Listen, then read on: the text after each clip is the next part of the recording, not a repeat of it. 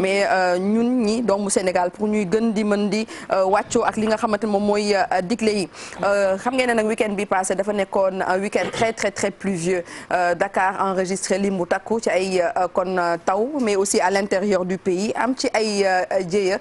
gis ngeen semaine ba le passé moom Yacine ñëwoon na ci li nga xamante ni moom mooy wàllum dënnu yeeg yi ni mel am ñu ca faatu ci biir Sénégal waaye bii nag fii ci Ndakaaru dafa am koo xamante ni dafa ñàkk bakkanam ci kon Cambérène gannaaw taw yu métti yi fi amoon ci week-end bi. voilà gannaaw taw yu métti yi nga xam ne amoon na fi gis nga ko inondation yi côté Cambérène beeg jafe-jafe à l'image de zone yu bari ci Ndakaaru ndaxte taw yeeg yi fi fexe ba ndox yi génn ci koñ yi daal dina doon na jafe en tout cas li ñu ci mën a jàpp rek mooy kenn ki nga xam ne ñàkk na ci bakkanam di Assane benn pas Assane lañ ko daan wooye nekkoon jeune bu nga xam li tax ñu gën ko ràññee parce que danoon yëngatu ci mbirum nawetaan yeeg football ak koo xamante ne ràññeeku lool ci mbiru koñ yi moom miir bee daan woon ci kawam je pense ak image yi mën nañ ko illustrer inondation yeeg yi nga xamante ni moo xewoon fële ca Cambérène waaye nekk na zone yi nga xamante ni tamit ndox mi daf fay dajaloo ndaxte Cambérène xam nga ni mu féetee xur la waaw ndox yëpp dañ fay dajaloo donc zone yi nekk na lu compliqué li nga xamante ni ñu ci bari doon ko dund ci période yi nga xamante période nawet yi la te di image yu Cambérène mën nañu wax ni Kër Massar pareil la ñuy dund yeneen zone yi nga xamante ne ay côté Mbao beeg yeneen quartier yu bari ñu ngi koy dund ba ci fii sax ci biir Ndakaaru gis nañ ni mais li ci gën a ñi ci ñaawlu rek mooy ki nga xamante ni dal bu daanu sa kaw moom xam nga ni day jafe ci période yi ak moo tax nag toujours avant ñoo dugg ci nawet bi ñu ngi doon gën di sensibiliser nit ñi ci yenn kër yi nga xamante ni gis nañ ni taxu ko demee noonu ñu ngi doon joxe exemple Médina fii yenn bâtiment yi nga xamante ni taxu ko demee noonu ñu ciy dëkk toujours dañ naan la ñàkk pexe ndax boo ñuy xoolee reportage yi nga xam ne defoon nañ ko fi auparavant dañ naan la ñàkk pexe amuñu feneen fu ñu dem mais yooyu tamit war nañ ciy gën a bàyyi xel ndaxte taw yeeg yenn affaires yi nga xam ne mën na ñëw rek du ci dolleekoo rek yooyu kër wala mur yi day daanu donc loolu lu ñu war a mën a bàyyi xel la ñuy bañ di wax toujours ndogalu yàlla laak am na yi yàlla moo ko tuddoon nag fii la yàlla tuddoon muccam wala dara yooyu dëgg la lu am la waaye tamit ñuy gën di fàggu suñu bopp loolu bekk na lu nga xamante ni vraiment lu am solo la en tout cas loolu la ñuy déplorer dem ba tey gis nañ ni ñëpp ci surtout ci réseaux sociaux yi ñu ngi partagé ki nga xamante ne mooy photo wu Pa Assane mi nga xamante ni jeune la woon léegi ko dynamique nekkoon ci quartier bi di ci yëngatu bu baax ci mbirum sport surtout football yeeg nawetaan yeeg côté boobu Cambérène ñàkk ci bakkanam en tout cas di ko jaale waajuram di ko jaale ay waa quartier bi di ko jaale aussi ñëpp ñoo xamante ne ay mbokkam la ñu woon waaw di wax rek inna lillahi wa inna ilayhi raji'un ñun ñëpp si yàlla lañ jóge waaye ñun ñëpp si yàlla itam la ñuy dellu waaye comme ni ko Mamadou waxee dafa am la nga xamante ni responsabilité doomu aadama daf siy engagé ndax ku ne xam ne ne bakkan yàlla moom moo ko yor fu mu waxee ne fa lay jeexe rek fa lay jeexee waaye légal rek nit dana sabab la nga xamante ni xëy na mooy tax doomu aadama bakkanam jaare fa boo demee boot si alquran yàlla dafay condamné di wax toujours ñi nga xamante ni dañuy faat maanaam ñi nga xamante ni dañuy sabab ba nit jaare fa ñooñu dafa am la nga xamante ni yàlla subhanahu wa taala moom la leen di teg gis nga dafa am benn aaya bu am si alquran bu am solo bu yàlla di wax wala takulu amwalakum baynakum bil batil wa tudlu biha ilal hukam li takulu fariqan minhu ba aaya ba jeex yàlla day wax naan dafa am fu ma jëm ne bu leen jël seen alal di ko lekke si neen seen biir di dóor martu di arnaquer di escroquer di corrompre nit pour nangam ak nangam parce que yaa ko ëpp doole wala yaa ko ëpp daraja wala yaa ko ëpp li nga xamante ni moom moo di gëdd si réew mi si waxin donte la kenn ëppul kenn gëdd ñun ñëpp ay doomu aadama lañ mais li ma bëgg a wax foofu mooy tey dafa am la nga xamante ni dañ ko tëraloon si réew mi muy plan décennal d'assainissement maanaam ay milliards yu bëri lañ jëloon def ko si li nga xamante ni moom mooy pour jële fi inondation tey boo demee si dëkk yi nga xamante ni dañu jiitu si wàllum koom boo nekkee sa kër dina boo génnee légal li si ëpp li lay war ne day taw da doon taw da ngay génn rek gis dëkk bi am ay tepp-tepp nga xam ne doon na taw mais pour nga gis inondation c'est tout à fait un problème xanaa mu am benn problème de dérèglement climatique yu demee noonu ak wala yi nga xamante ni moom mooy ay tsunami ak yeneen mooy tax yu bëri di si xew mais bu dee taw normal rek néew na taw normal lu muy indi li nga xamante ni moom moo di ay inondation si réew yooyu li ma si bëgg a wax mooy tey buñ la joxee alal ne la lii pour hôpital la def ko ca defoo ko sa hôpital ba nit ku dëkk sa gox ba ñu waroon def hôpital ñu waroon ko jël yóbbu ko si hôpital boobu faji ko ñu war ko fa yóbbu ñu ne fii hôpital amu fi parce que diwu moo lekk xaalisu hôpital ba kooku moo rey kadee yaa ko rey waaw kii nga xamante ni dañ ne hôpital bi dafa war a am fii ñu jël xaalis bi jox la ne la defaral hôpital wala nga defar hôpital la fa waroon dem si matériel defaloo ko fa ba nit ñu war ko fa yóbbu pour jéem a sauver bakkanam ñu ne dañu dawaat ak moom 100 kilomètres wala 50 kilomètres pour jéem a sauver bakkanam mu dee si diggante bi xamal na yow yaa ko rey parce que xaalisu hôpital ba yow yaa ko lekk fu ñu war a def école nga jël xaalisu école ba lekk ko bu amee ay analphabète yow yaa leen def ay analphabète parce que fa ñu waroon jaar ba am xam-xam yaa tax ba loolu taxawul bu nit ñu jox la projet wala marché ne la defaral tali bu baax nga defar tali ba nga xamante ni 10 milliards lañ la si jox nga def si 500 millions nit jaar fa tali ba baaxul mu accidenté leneen dal ko fa yow yaa gàddu àq ba. kon àq yi bëri na ci doodu kilifa yi. waaw maa ngi ñëw yaa ngi dégg ba si inondation bi. bu ñu la joxee xaalis ne la def ko pour inondation jëlal tuyau ya nga xamante ni diamètre bi par exemple day nekk 5 mètres nga dem jënd bu 500 centimètres def ko sa ndox ma ñëw toj tuyau ba mu dugg sa kër jàmbur yor lor leen ba miir daanu sa rey fa nit yow yaa gàddu àq ba. te loolu alquran daf ko wax maanaam nit ku nekk dafa am la nga xamante ni bu ñu la ko dénkee da nga war a fexe ba bul sabab doomu aadama di si jaar di si loru ndax yàlla yoonu sala sa dafa waxoon ne la darara wala diraar diina ji bul lor bu la kenn lor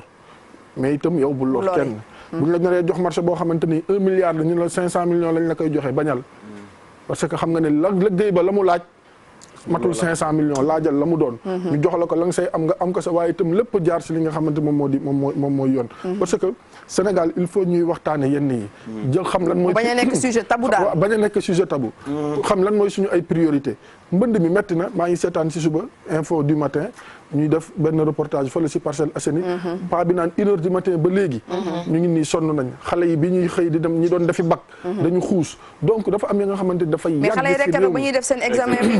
dafa li merci en 36e yooyu yëpp ñu partagé ko si réseaux sociaux yi si biir ndox mi maître yi nekk si biir cours yi di xuus dafa am la nga xamante ni réew ñaar yi ba ñett yi tànk jagul dara du jag njàng mi bu jagul dara du jag wér-gu-yaram bi bu jagul dara du jag ay infrastructure bu jagul dara du jag parce que tey dafa am la nga xamante ni il faut ñu xam ne lii mënul ànd ak développement at mu jot nga ñëw bëgg a def lii yow kañ ngay développé day développé du Moussa Sy laa seen noonu ca gannaaw waaw yii nag yi koy waral souvent mooy léeg-léeg na ñuy lotissé léeg-léeg na ñuy jaay terrain chaque jour nga wax ko si sama kër ma ay lotissement du am nangam du am nangam du am nangam du am yu bëri mooy waral li te gar mi wax na sànq lu am solo jamono am na jamono yi nga xamante ni sécheresse dafa amoon am na bërëb yi nga xamante ni tey ba tey si ay jamono boo ko doon jox ay nit duñ fa dëkk parce que ndox mi dafay ball ak lu mën a xew nañuy bàyyi ñiy xel du question yaa ngi si étage bu ne yàmbalang wala fa nga dëkk du inondé tax amuloo ñu dénk la ay mbir nga ne sama yoon new si déedéet am na si part de responsabilité part de responsabilité bi mooy fexe askan wi di dëkk fu baax di lekk lu baax di sol lu baax gis nañ ko fi ceeb ba nga xamante ni poson la baaxul nëpp ñu jël ko bëgg ko jox ay nit ak yeneen donc réew mi il faut ñu koy waxtaane ñii si kaw nañu yërëm ñii si suuf te ñu xam ne ñii si kër gi ñii si naaj bi ñoo leen fi bàyyi nit nag dafa am la nga xamante ni bu ñu la ko dénkee da ngay xam ne yow moomuloo ko dañ la ko dénk te fu waay toog nit a fa toogoon jóge fa nga toog te yow da nga fay jóge ëllëg keneen te da ngay rendre compte boo rendre compte fii di nga rendre compte gis nga yoon sallallahu alayhi wasallam moo ko wax de nee na yowmal qiyaam kenn du séqi benn jéego lu dul danañ la laaj sa alal foo ko jële ak foo ko dégg naa dërëm bu ne danañ la laaj foo ko jële ak foo ko def xam nga léeg-léeg boo ko waxee danañ ne la léeg-léeg boo ko waxee danañ ne la non yowmal qiyaam ni yàlla nee na benn bés yomal xiyaam mooy 50 000 ans si yéen benn bés yomal xiyaam mooy 50 000 ans si ñun waaw nit dana taxaw ba naan yàlla yóbbu ma safara ndax coono bu mu tas coono si taxawaay bi nit dana taxaw yuur gay bax ndax tàngoor ak jant ba buñ koy wàcce muy bopp te doo bouger mètre nga ne yàlla mbugal ma lii dem mbugal sax moom moo ko gën moo tax jub ak jubal rek moo fi nekk bàyyi dóor ma am na compliqué garmi torop amin mais pour yàlla yërëm ñu nag mbay ñun ñooy jëf lu tax waaw amin yàlla ñu yàlla yërëm amin mais pour yàlla yërëm ñu il faut ñuy bàyyi di cooñante di lekkante ay alal gis nga il faut ñu waxtaane ko dëkk bi dafa jaxasoo tey jii nii ku si nekk boo toogee bërëb say mbokk wala ñu la jege ñooy njëkk a ñëw sa waay boo teddul dootoo tedd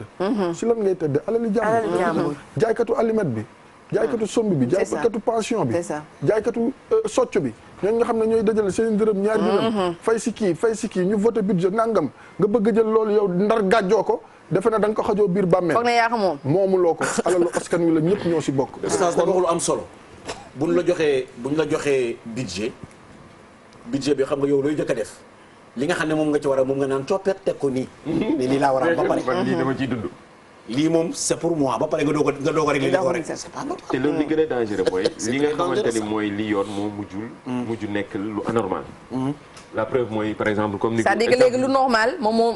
moo anormal. voilà moo normal. moo normal voilà c'est le monde qui est à l'envers en fait. à l'envers oui parce que da ngay gis ku ñu comme ni ko Oustaz daanelee léegi nii da ngay gis ñu ne la ñu samp la benn poste wala da benn xam normalement salaire dafa am. ak yeneen yoo xamante ni toujours sa ñaq la war a doon. mais boo ci liggéeyee ba génn ci amoo ci kër. amoo ci kii say mbokk ñooy njëkk a taxaw commencé ci sa yaay da nga ñàkk a fayda yow lii sa morom yi fi jot a jaar ak yeneen yëpp nii la ñu def te ñu ngi fii nii donc société boobu lañu am donc nag loolu laay wax sànq ni bu ñuy démarrer ñi ngi doon junj ci yu ni mel société boobu la ñu mel donc société boobu nag pour ñu tiiwaat il faut ñu won xale yi ndaw ñi yoon bu baax bi naka la nit da ngay honnête bari nañu fi dund en toute discrétion wala gérer ay responsabilités ñu gën déggu leen ci dara ñu respecte seen ñaar dërëm bool seen dërëm bi ñu ñaq bokkul ak seen dërëm bi nga xam dañ leen jox pour askan wi. non mais en fait je suis tout à fait d'accord ak yow Mamadou Ndiaye mais en fait dañoo nekk ci jamono ji nga xamante ni léegi c'est un peu compliqué c'est-à-dire que je sais pas nan lañ ko mën a expliquer c'est-à-dire que yow di nga am intention yar sa doom di nga am intention di wan sa doom lu baax mais après il y a l'influence extérieure bi nga xamante ni mu ngi ñëw et loolu parents yi vraiment waxuma parents démissionnaires yi mais parents yi nga xamante ni ñoom c'est des parents responsables ñi ngi def seen kéemtalaay kattan pour mën a teg seen doom si yoon bu jub maintenant naka lañu war a mën a defee ba xale ñu mën a capter son attention parce que je pense que am na ay ñaan sax yoo xamante ni souvent sérieusement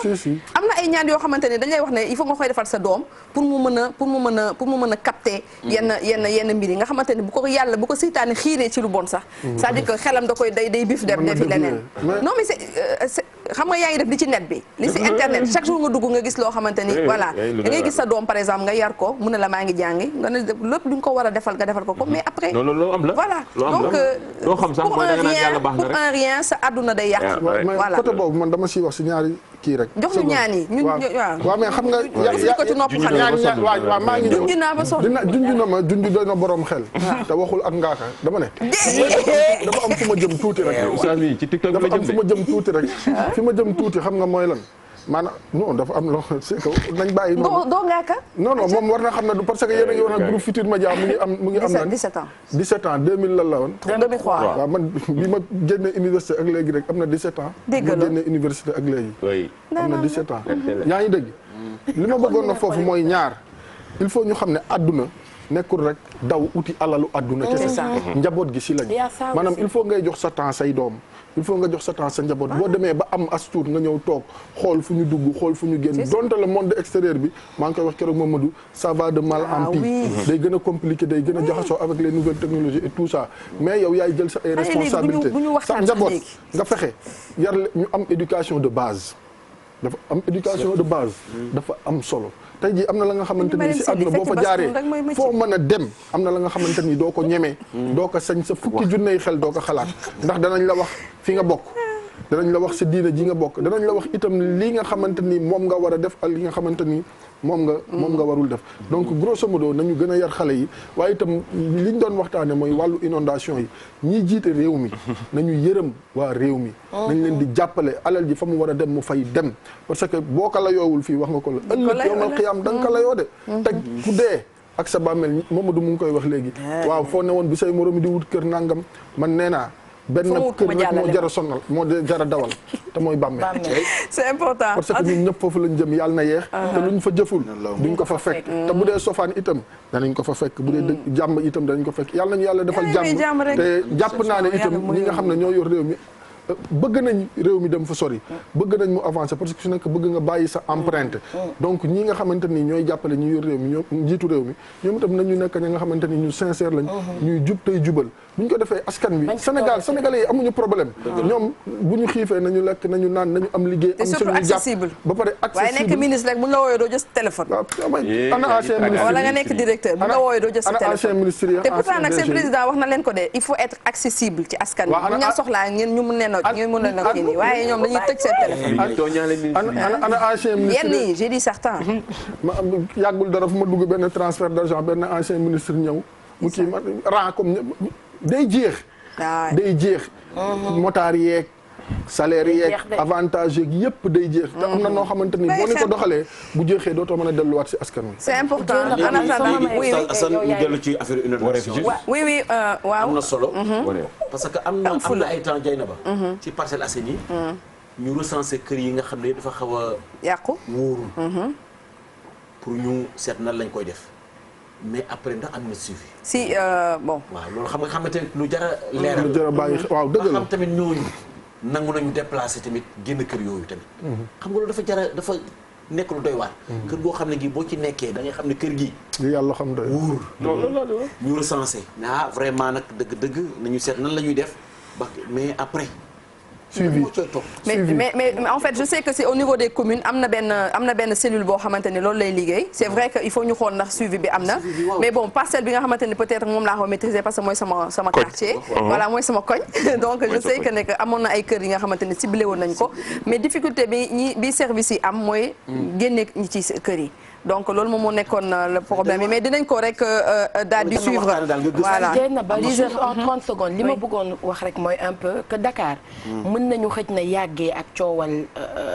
inondation wala muy gën di yokk parce que vous n'êtes pas sans savoir que léegi dafa bëri ay promoteurs immobiliers yoo xamante ne ils viennent proposer des terrains ak ay kër ak ay yenn saa ay bâtiments ak yooyu noonu pour nit yi di jënd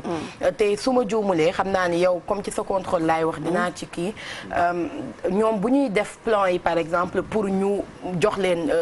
ndigal ngir ñu mën a def yooyu ñoom dañuy promettre wala ci biir dossiers yi ñuy déposer dinañ wax ni infrastructure première yi nga xamante ni nit yi dinañ ko soxla te ñoom amuñu ko daf ci war a bokk lu ci mel ni bu fekkee fekkoo fa école par exemple di nga fexe gox bi am école hôpital